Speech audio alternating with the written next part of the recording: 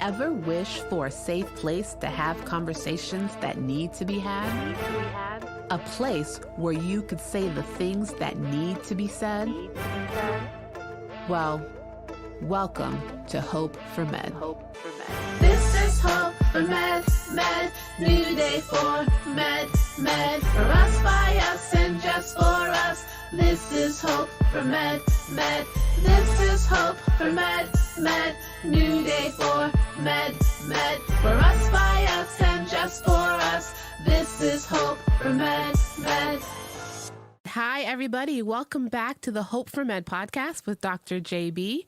Today, I have a very special guest. His name is Dr. Jonathan Randle. He has his doctorate degree in physical therapy and currently is working as a travel physical therapist. Welcome, Dr. Randle. Thank you for having me, Dr. JB. Appreciate it. So, walk me through what made you decide to pursue a career in physical therapy. That is quite a journey. So I originally majored in psychology. I went to the University of Central Arkansas and majored in psychology with the honors interdisciplinary studies. And so I wanted to. I enjoyed I enjoyed the liberal arts. I enjoyed the psychology, how the human minds worked, but I also enjoyed how the body works and functions. And so physical therapy, I have a family who's in the medical field, and so I was always around physical therapists, occupational therapists. My dad's a speech pathologist. My mom's an occupational therapist. So I was always around that kind of space.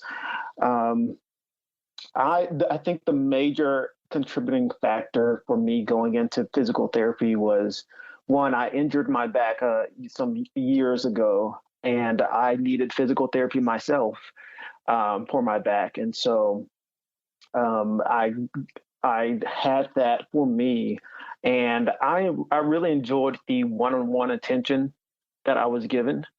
I enjoyed that it worked, that I started becoming less pain. I enjoyed the knowledge of techniques I could use in order to help heal and help retrain my body so that I wouldn't be in as much pain and I would be able to function as much. So that was a major contributor. I did not want to be in a desk job. I did not want to just sit at a desk all day. I couldn't do that. I needed to move around. So I thought that physical therapists, they're up and moving all the time. So that would engage my body in that sense. And it seemed like it would be a good financial decision, good career path. Everyone that I talked to said they enjoyed it. And so kind of all of those decisions kind of led me to pursue physical therapy. I was looking at physician assistant, but it never really clicked for me. And I also didn't want to do organic chemistry. So I chose the best choice I could make at that point. Okay, awesome. So I know that there used to be both a master's in physical therapy and now there's a doctorate in physical therapy. Can you just walk me through that a little bit? Yes. So they implemented, yes, you could get a master's in the past of physical therapy. They began to implement the rule and criteria that every physical therapy program had to have a doctoral. You have to be a doctor of physical therapy. This was part, I think, of their Vision 2020, where every physical therapist coming out of school would have a doctoral behind, have a doctor, in front of their name. What the idea was to create more autonomy, create more autonomous practitioners, more well-rounded and educated practitioners who with more knowledge of evidence-based practice. So that's the reason why they switched to every program requiring you had to go through the doctoral program to be a physical therapist. So physical therapists that were practicing already with their masters had to go back and get their doctorate in order to continue practicing? No, they can continue practicing. They just wouldn't be called a doctor of physical therapy, but they would still have their masters. Nothing would be invalidated. They would continue just practicing as they were. They just wouldn't have that doctor title to their name unless they went back, or unless they went to get their doctorate in studies and research and all of that. Okay. So when you went down the path of becoming a physical therapist, was there an option for you to get your master's, or you only had the choice of getting your doctorate? Good question. Yes, I only had the choice of getting the doctoral or the doctorate. So it's a doctoral degree. The doctorate is like if you're going to do research, PhD, or become a professor or something in academia. So you can do that as well. But there's no longer a master's in physical therapy. You have to get your doctoral. And the difference between the doctoral and the doctorate, does that have to do with the amount of years that you're in school? That has to do with doctoral. Have they differentiated? The doctoral is the clinical. It's just the clinical designation. The doctorate is you have to do extra schooling for the research aspect. You have to. It's kind of like the traditional. If you're going to get a doctorate in something. That would be the doctorate. So, but the doctoral is more the clinical designation for it. So you didn't have to write a dissertation? I did not have to write a dissertation. All right. But was it a 4-year program? So the doctoral program is a 3-year program. And of course, you count the years of undergrad, so depending on how many years of undergrad. But for the graduate program itself, it's a 3-year program. Okay. All right. Awesome. So then you went to school, you did your 3-year program, you graduated, and then what happened? So that's the story. I graduated. I did not. So for every physical therapist, you have to take the licensing exam. And it took me 3 times in order to pass. So that was a journey in itself of me trying to, I studied all these years to be a physical therapist. And here I am not being able to pass the test, the licensing exam. So that brought up a lot of, okay, am I good enough? Am I supposed to be in this? It was very tough. It was very difficult. And so I had to take classes in order to practice more, gain more knowledge, learn how to take the test, essentially. So that was quite an experience. I was in the job where I was supposed to be a physical therapist, but I was not yet because I had to pass, and I hadn't passed yet. So that was quite, that was a journey to be, and then finally I was able to pass after that 3rd time. And then that started my career as a physical therapist about 4 or 5 years ago. I think that's actually a really important point that you just made, is because with all of these professions in healthcare, we all have some kind of examination we have to take, right? And we have to pass it. And for instance, with being a physician and the USMLEs, step 1, you have to take it and you have to pass. But if you pass it, even by like a point, you can't retake it. And that can have long-term effects in terms of what happens next, in terms of residency and all of those things. So that's a really huge stressor. And it's important to point out that, despite the fact that you went to school and you may have done well in your classes, sometimes it really comes down to test taking capabilities to ensure that you do well. And, sometimes that is a struggle for a lot of people. And so thank you for sharing that. Yes, of course. I mean, and it's important, I think, for people to know. You may not pass. It may take you a while to get to where you want to go, and that's been an ongoing lesson for me, especially because that happened in the past when I was taking the ACT to get to college. I had to take it over and over and over again, and so if that is you, if you are trying to pass, if you're a student, you're studying for your exams, one, know that it's not the end of the world if you don't pass the first time. Consistency and dedication is key. But two, know that you're not alone. You're not alone. Many people are experiencing the same thing and are going through kind of that, maybe going through that bout of, try, fail. And sometimes it could take a while. So just know that you're not alone. Know that you're keep going. And the other thing that we hear a lot about these days is about resiliency, right? And how it's important to be resilient. But in what you just shared with my listener just now, this is a prime example of you being resilient. Mm-hmm. Well, thank you for saying that. Yeah. Yeah, it's a lesson. It's a hard lesson.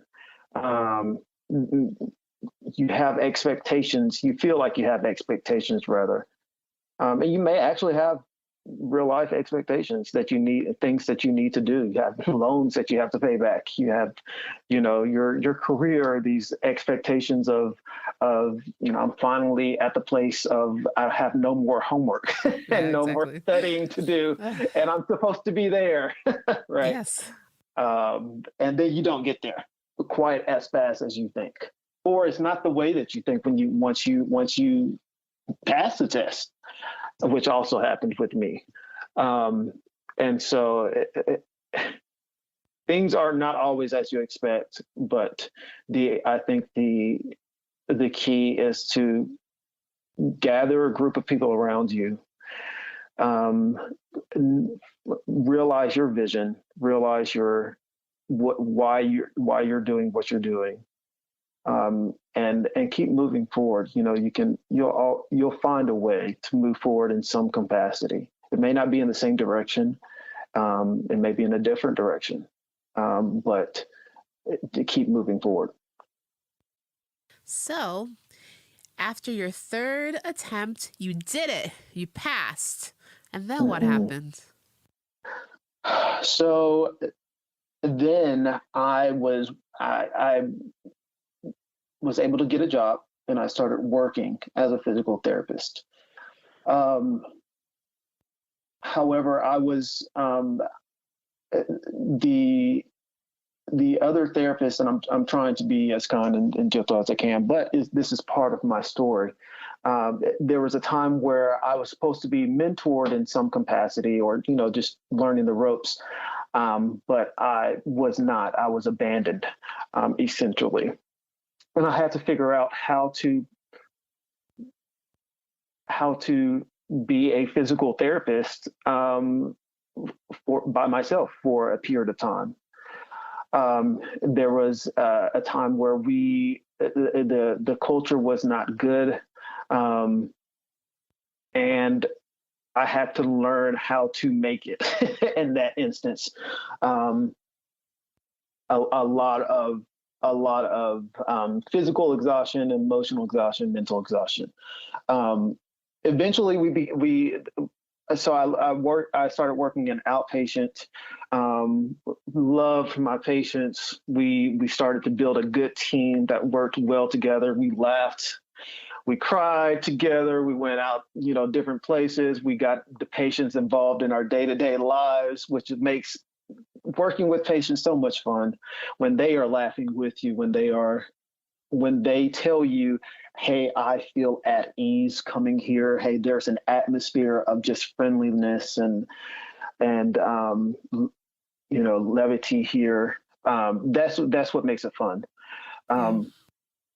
so that aspect of the physical therapy career has been good. The aspect that I started realizing was starting to eat away at me as a physical therapist was the amount of paperwork I had to do. And this is not, and I laugh because this is not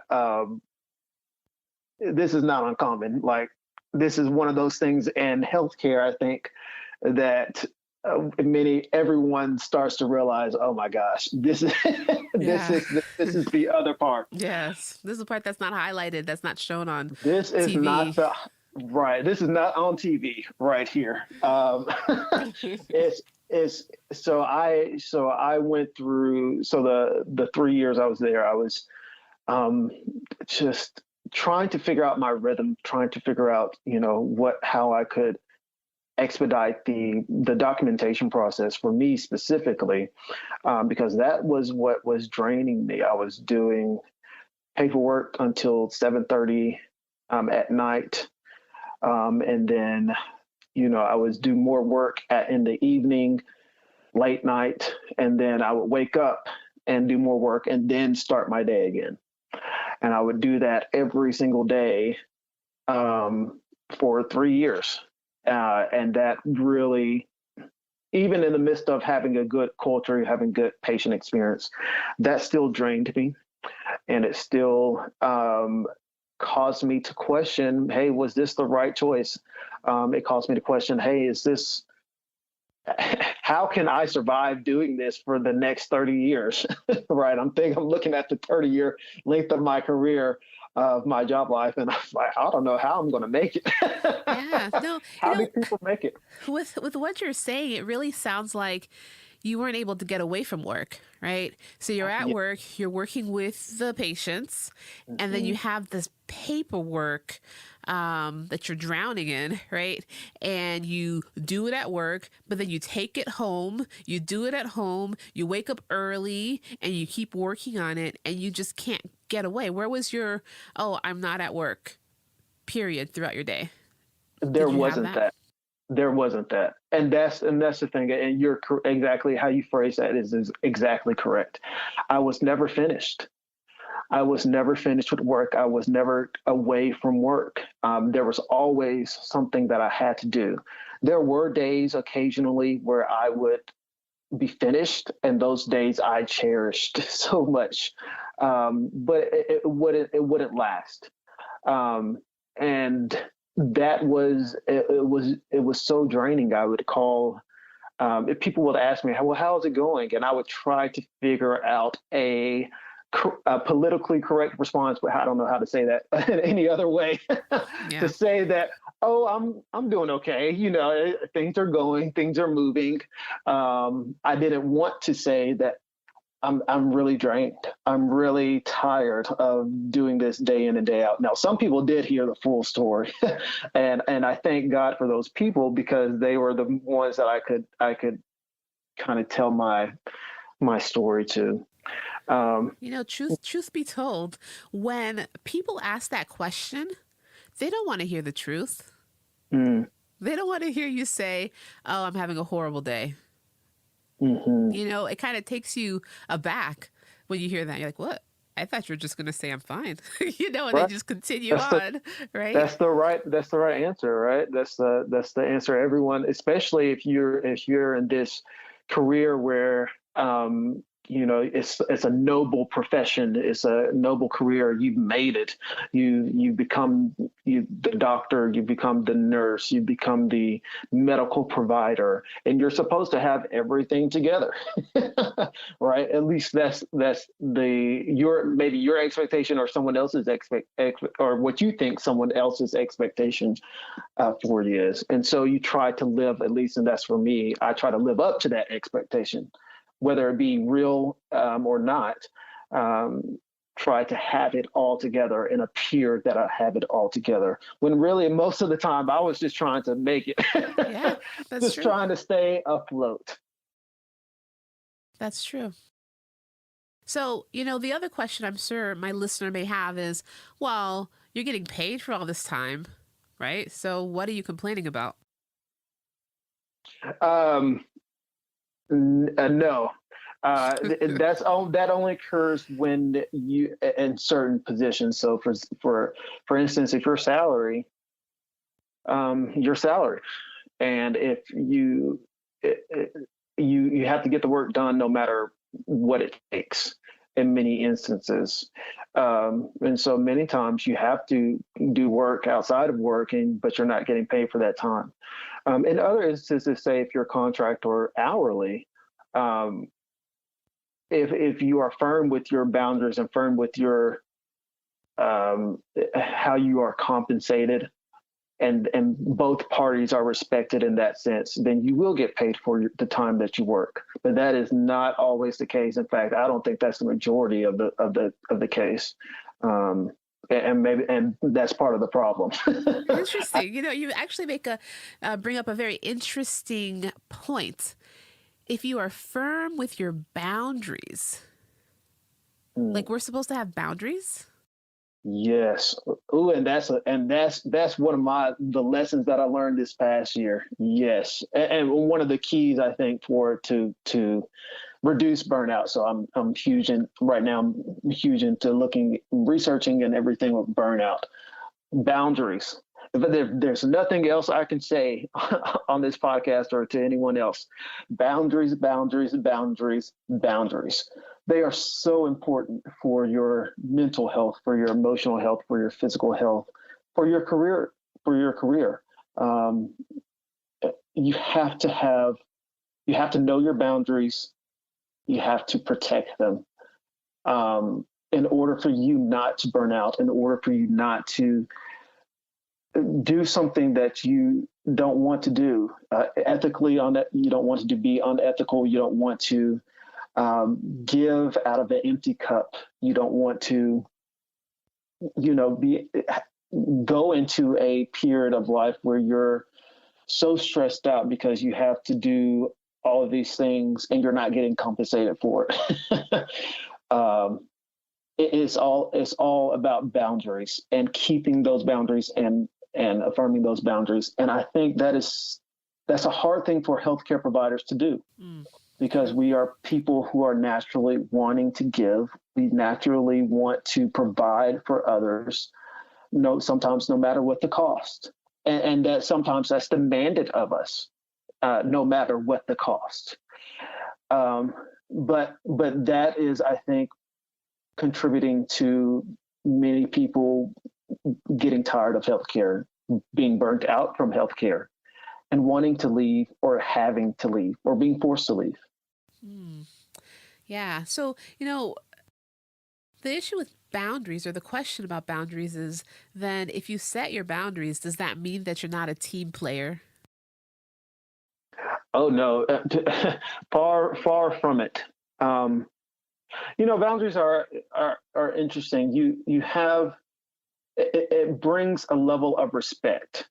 It's about respect, and about respect for yourself, and we're about respect for others.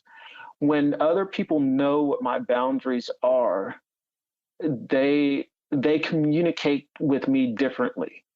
They respect me more. And by doing so, and when your boundaries are respected, when your limits are known, you are able to operate with more freedom, and you are able to tap more into your strengths.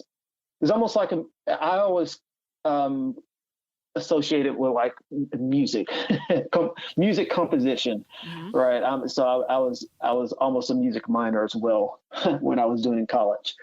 And the thing with music is, it's not just random notes on a page. It's not just, here, there, everywhere. There's rules. There's boundaries. There's certain, the notes flow in a certain pattern. You have to have those limitations. But when you do, it creates something beautiful. It creates a work of art. It creates completion. That's just sort of the same thing I think of with boundaries in this context. You are able to, when you know your boundaries, when you know when to say no, when you know when to say yes, and when other people know that as well, you guys are able to work in a much more efficient manner with with more energy, with more zeal, and more satisfaction, because you're working in your strengths. You're able to work in your strengths, and you're not being taken from. You're not over giving. And that helps with just your professional life, your personal life, just in everything. So this boundaries 101, I feel like there should be a class about that, Yeah, because that's not taught, right? What I was that's not told, taught. what I was told is actually the opposite. What I was told when I was completing my training was that you should be the yes person. You should say yes to everything. Mm, Yes, yes, yes, yes, yes. And figure out how to make it happen so that your career can grow. Because if you mm, say no, then you may stagnate your career and your growth. mm. Yeah, that's such a lie. We don't do that with other relationships, do we? We don't say yes to, if you have kids. I don't have kids, but I imagine if you said yes all the time to your kids, what would that bring? What would that outcome be? If you said yes all the time to a demand that you are not comfortable with, where would that lead? And how much would that take from you? That is, I don't think that is good advice, and I don't think the evidence plays that out either. I think what we're seeing now is the result of that philosophy of saying yes all the time in order to build your career, when actually it's destroying careers. It's destroying autonomy. It's destroying the human person, who needs to be able to say no for themselves. When you're that yes person on your team, you're reliable, right? We know we can lean on you. Mm. And you may also be the drained, the one most drained as well, That's right. because that's such a pressure to hold up that standard for so long. That's right. And That's right. and you won't be able to perform at your best when you are actually able to do something that you want. You won't be able to do it at your best because you've drained your energy towards these other items and tasks that you didn't need to, that someone else should have been doing, who was working in their strengths. That should have been delegated to someone else. And so now you're not working at an optimal level. You're not working at your best capacity, because you've given so much to everything else that you haven't been able to give to yourself. So true. So true. So going back to your story, Dr. Randle, what was that pivotal point in your life where you realized, you know what, I really need to set boundaries? Good question. So this goes into my career at last year in 2020. So I decided to try. So going back before 2020, this is the end of 2019. I decided to shift the aspect of physical therapy and try travel therapy, because I wanted to see the country. All the patients were telling me, "Hey, you're young, do it while you can." So I said, "Okay." I wanted to travel. I want to see different places. I want to explore, and I want to see if there was something else I could be that wasn't draining me. So I went traveling. I went to California, went with a company there. I absolutely loved it because I saw new places. Northern California is so beautiful. I was able to not take work home, which was so amazing. And so it's like, oh, this is what this is like. Able to have time for myself to do other things. So I was starting to pick myself back up at the beginning of 2020. This was January to March. And then the pandemic hit. And then I had to be laid off because everyone was trying to conserve at that point, and no patients were coming in. Um, and so it was the first time where it was like almost like I was about to fly and I was shot in Oh, mid flight, for me. So that entire year, and people, if you're listening to this and you've gone through 2020, the stories and you probably lived it. Just appeared, it was a tough time. mm-hmm. Social unrest, a lot of unemployment. I was one of those I tried to start a business, my coaching business, and wasn't getting clients from that. But I was learning and networking throughout.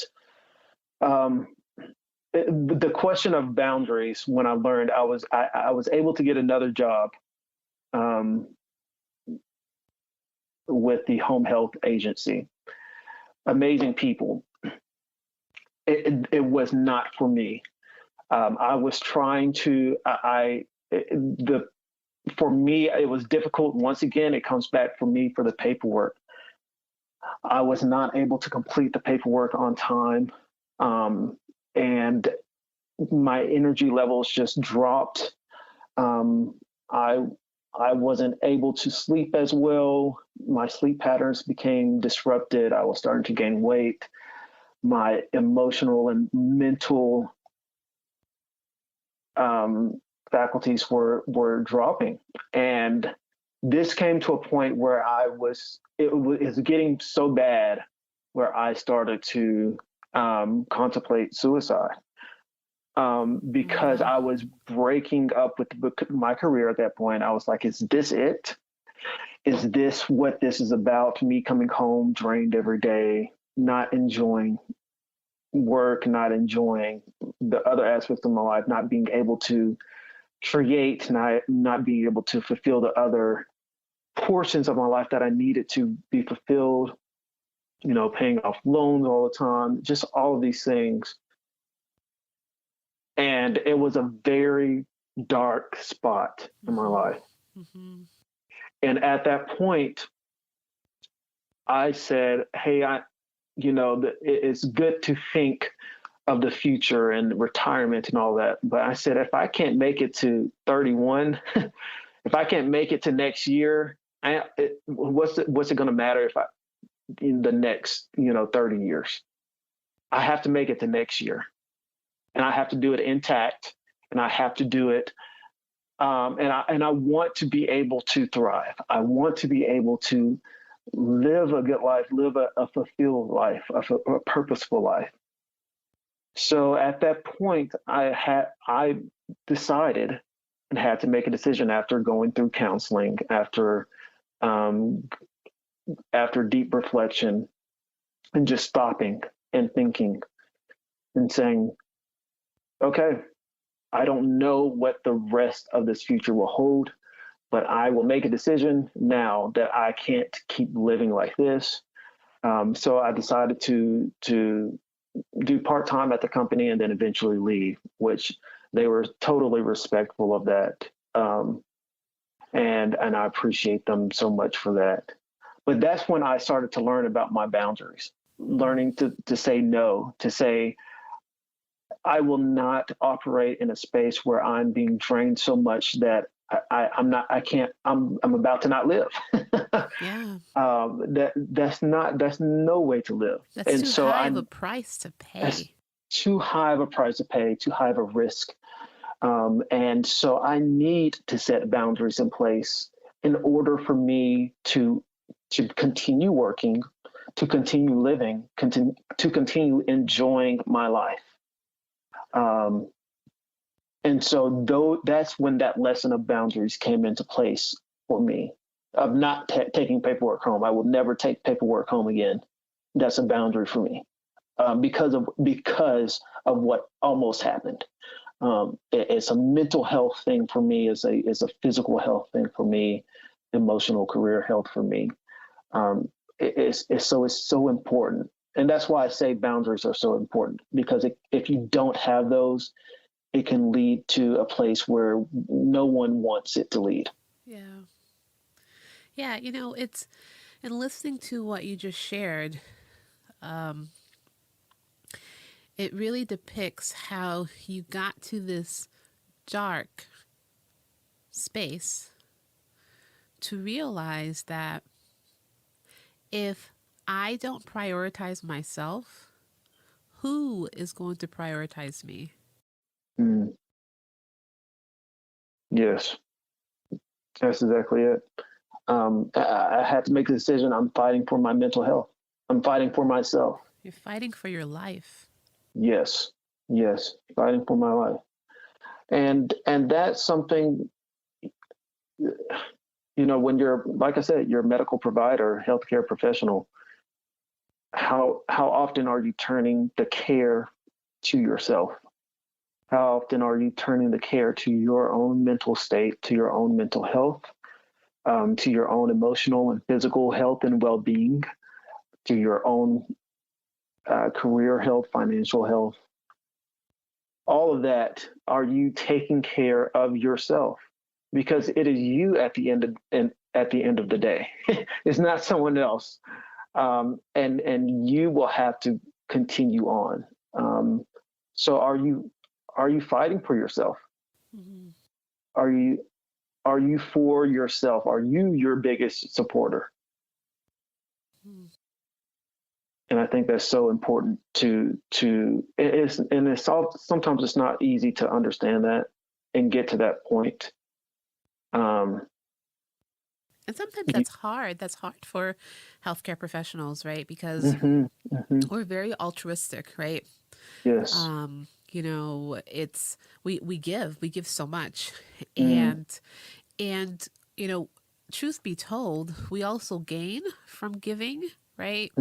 mm-hmm, Um, but many times we give 10 times, 100 times more than we actually get in return. yes. Yes, that's exactly it. Um, and we don't know what to do at that point. We don't know where to go at that point, or how to not be in that space where we're always giving, because and I also think that it's just the way that healthcare is now, that it's set up where it's hard to have those conversations of, hey, I need this boundary in place, or hey, I need to have this time for myself, for my family. Hey, I need to have this time for myself to reflect, to create, to do other things besides healthcare, taking care of my own health. And I think that should be the environment that we pursue, and the world that we pursue. What if we, as a healthcare world, we're not only taking care of the people who we committed to take care of, the patients, but also the patient providers, the healthcare providers? What if both were, had the priority? What would it look like? Would we have as many healthcare workers burned out? Will we have as many healthcare workers constantly stressed and constantly trying to find the reserves to give more and more and more? Would we have as many healthcare workers committing suicide? Exactly. Exactly. That topic, that word, suicide, is one of those dirty little secrets of healthcare that you see very fleeting, right? If you see at all, Mm-hmm. in a news article, or, briefly on some news video headliner for a day, if that. And then it quickly falls off the screen, it falls out of the papers. And it's not because things changed in that short period of time, right? Um, it's because the institutions that these healthcare workers were affiliated with don't want that kind of press, right? And Mm-hmm. so it disappears very quickly. Mm-hmm. And that's so sad. That lack of transparency, because that's a, that's a problem. It's a huge problem. It's what is the value of life, Mm. of all life. If we have to look at that and say, okay, something's going on here. What is the reason for that? And are we taking proper steps to address it? Yeah. Um, And and openly address it. openly address it. It's not a blaming game, right? But it's about looking at the causal factors that are contributing to the current state of things, Hmm. and addressing them and changing things And around. yes, and I think, I mean, your podcast, Hope from It. I, I think there is such hope that it can change, and we can change it. We have the ability to change it. We do. It's, it, we, I, I've learned the lesson as well of being able to make a decision to change. Things can change. It does not have to be the same old system in place, that has been going on for years. We can change things around. It will take work. It will take vulnerability. It will take courage. But we can change the landscape, the amount of casualties, we can change the amount of hope. We can change the amount of light and the way we interact with each other and our patients, to get to that better space, to get to that better world. Yeah. I think things can change. Yeah. And step one is realizing that if we do not look out for ourselves, no one else is going to do that for us. Mm-hmm. Mm-hmm. And I Yeah. think that, that was the reality that you realized in your Mm-hmm. career, right? Right. That if I didn't do something about this for me, not for where I was working, but for me as an individual, right? As the physical therapist, me as the physician, right? If I do not do something about this for me, then it's not going to change. Mm-hmm. Yes. And that's the decision. That's the choice that you have to make. And I believe we all have that choice.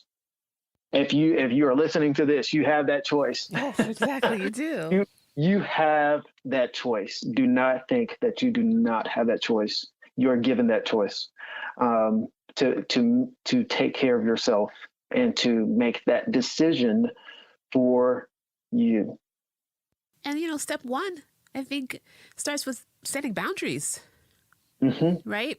Separating your work life from your home life. Mm-hmm. Separating, and then knowing your values. That was also an important thing for me, to know my values, to know what it is that was non-negotiable. I realized that freedom was one of my values. I enjoy having the freedom to choose. I enjoy having the freedom, and I need that freedom. That creates, for me, that creates my joy. My happiness is being able to make a decision that is best for me in my life, to be able to learn, to be able to go to a different place if I need to be able to set boundaries, the freedom to set boundaries. But that's a value for me. So it's important to know what your values are, because if you are not in a place that respects your values, that the company's values and your values do not align, you're not in the right place. You need to move somewhere else, because there will always be conflict there, and that's when you start to be constantly drained. So you need to know your values as well. are you a family person? Do you value time? Do you value freedom? Do you value money? Do you value being ethical? What do you value? And what you value determines on where you need to be. Because if you are not in that place, you're not working your strengths. You're working in a place where you're constantly giving towards something where you're not being optimal. you're not giving your best. You're not living your best. So know your boundaries, know your values. There's so many things that you can do to make the decision to be in the right well-being space of well-being for you. And also to give yourself permission to realize that your values may change over time, right? Mm-hmm. And so what you valued as a 18-year-old will change as you get older, right? Mm-hmm. What you valued when you finish your graduate training may change as you get as you get older. Mm-hmm. And to allow yourself the flexibility to change yourself, right? To Mm-hmm. change jobs, change positions if Yes. it doesn't align with your current or your new values. Yes. Yes. And yes. Yes, and more yes. They'll change, and be gracious with yourself, be kind to yourself, and expect that change, and respect it, and give yourself permission. That's one of the. I'm writing a book, and one of the titles is I give you permission. Give yourself permission to make a decision that you may not have wanted to make, or you didn't need to make in the past, but you need to make now. Yeah. It first starts with you giving yourself that permission. That's right. That's right. So, Dr. Randle, tell me a little bit more about what you are currently doing, and in terms of like your business. Mm-hmm. Yes. So a lot of things are happening for me right now.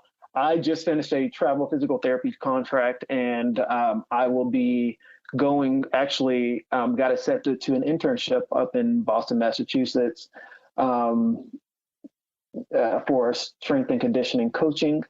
And I'm very excited to learn that aspect and world of the strength and conditioning world.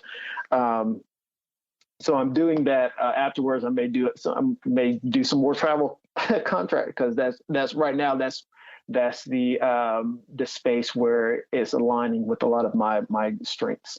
I'm also in the process of honing and perfecting and creating my coaching program. So last year in 2020, I also became certified as an executive coach, and delved into more Gallup's Clifton Strengths coaching, life coaching, career coaching, all of that.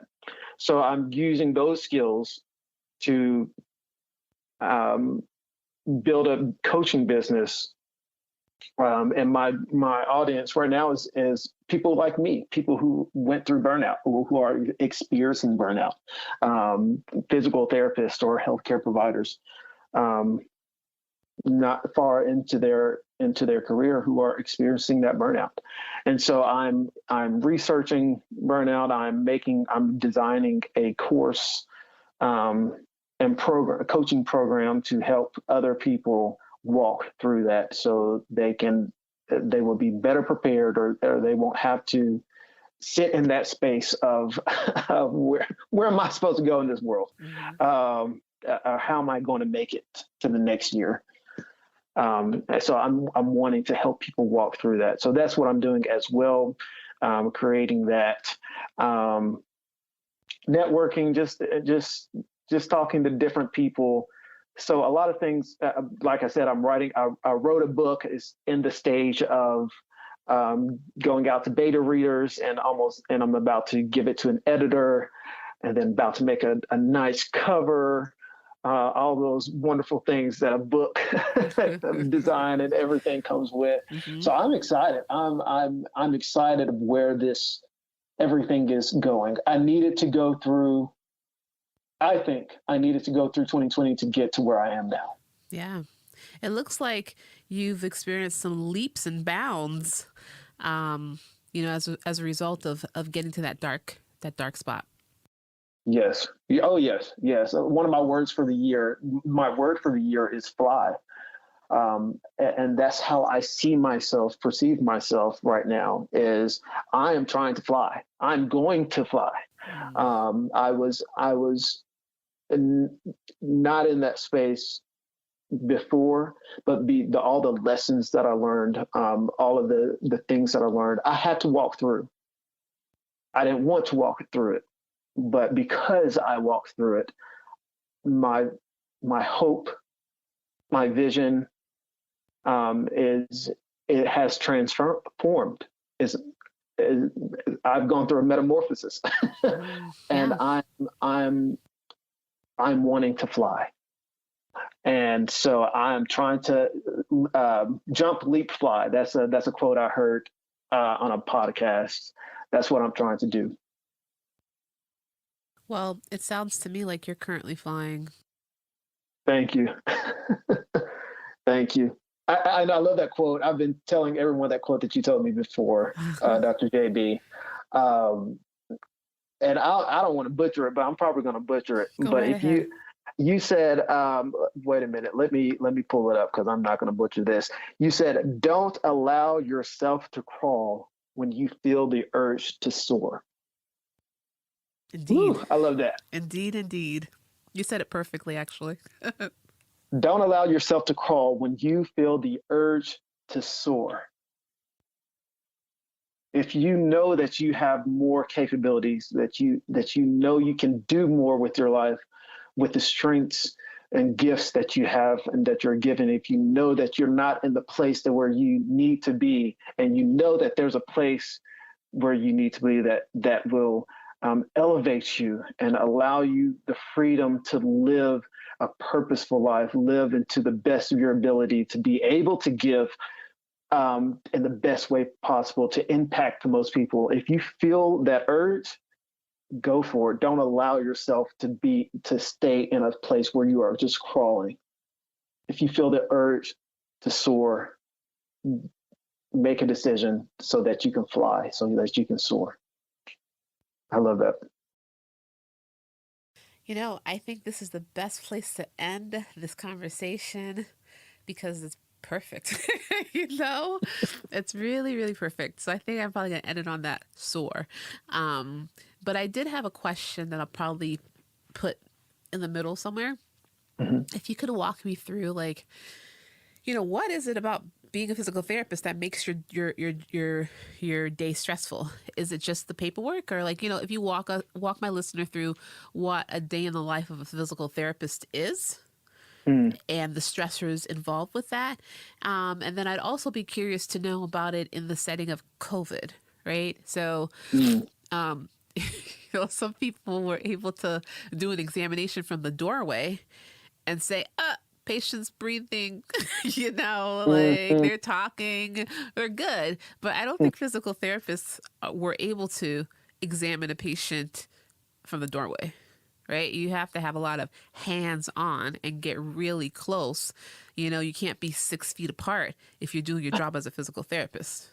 Well, actually, that was one of the things that interestingly changed in 2020, because physical therapists started to do more telehealth.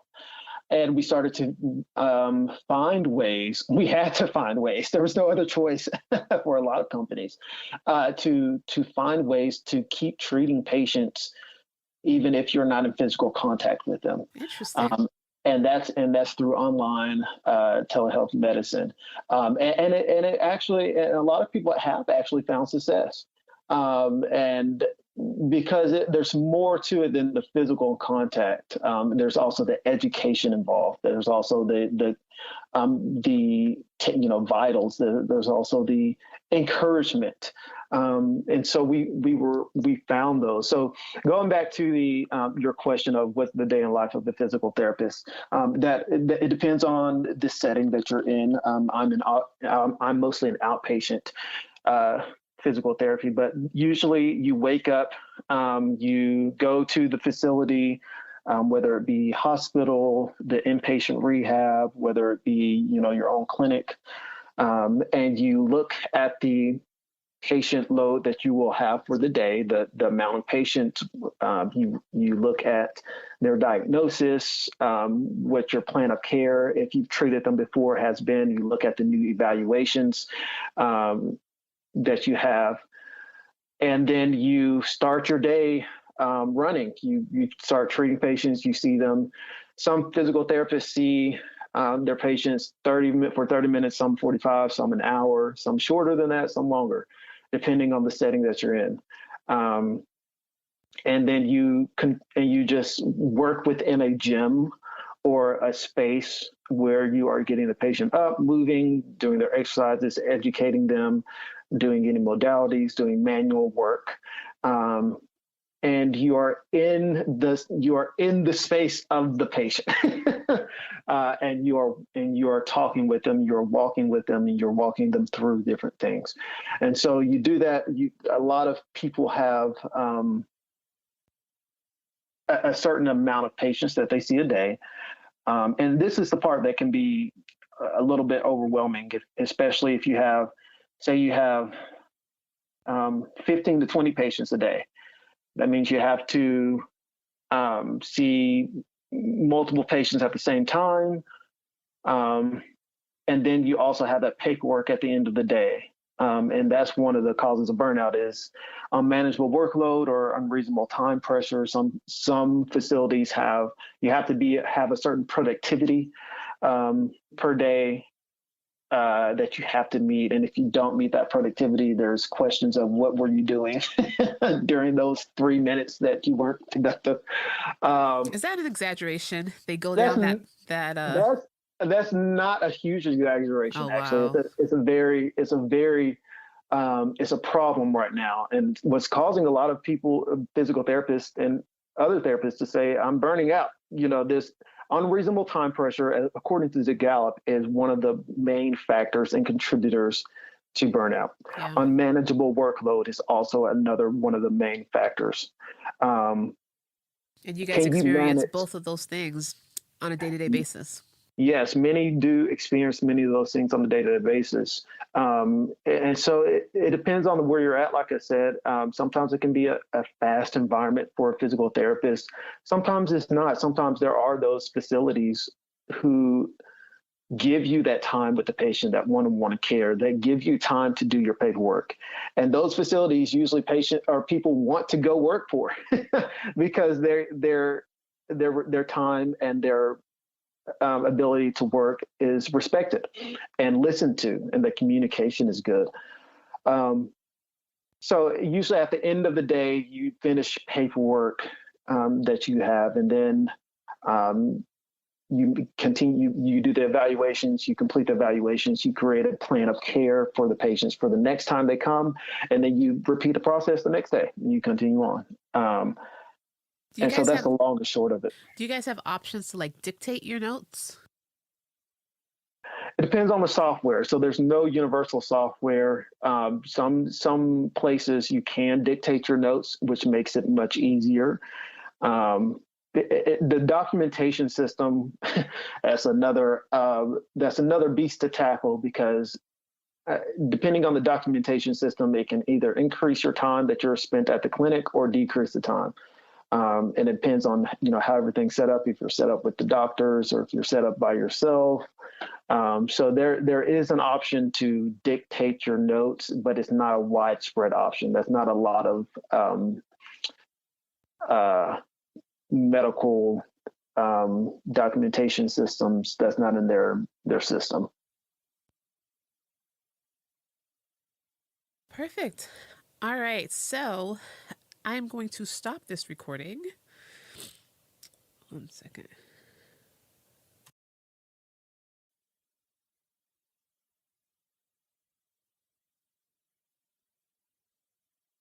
You still there? I'm still here. Okay, this is such an easy thing, but whatever. Mm-hmm. All right, so Dr. Randle, Yes. if my listener would like to get in touch with you, how can they do that? Yes. So currently, I'm restructuring everything. So the main place you can get in touch with me is through my LinkedIn. So I haven't changed my handle or anything. So right now you can just look up Jonathan Randle. I'll have executive coach, doctor of physical therapy, millennial on there. And then also Facebook. You can contact me on Facebook, Jonathan Randle, same thing. I'm currently, like I said, creating my program. So I'm looking for 1 or 2 people who are experiencing burnout right now, medical providers, that I can coach for free to help me hone my program so that I can help more people and start offering this aspect of coaching for other people. So if you are a healthcare provider and you are burned out in your career, a medical provider, I would love to get in contact with you. And if you're interested in free coaching, I would love to help you as much as I can. I can only do 1 or 2 people at this time, just because, like I said, I'm doing a lot of other things as well. And so just reach out to me through LinkedIn or my Facebook, message me.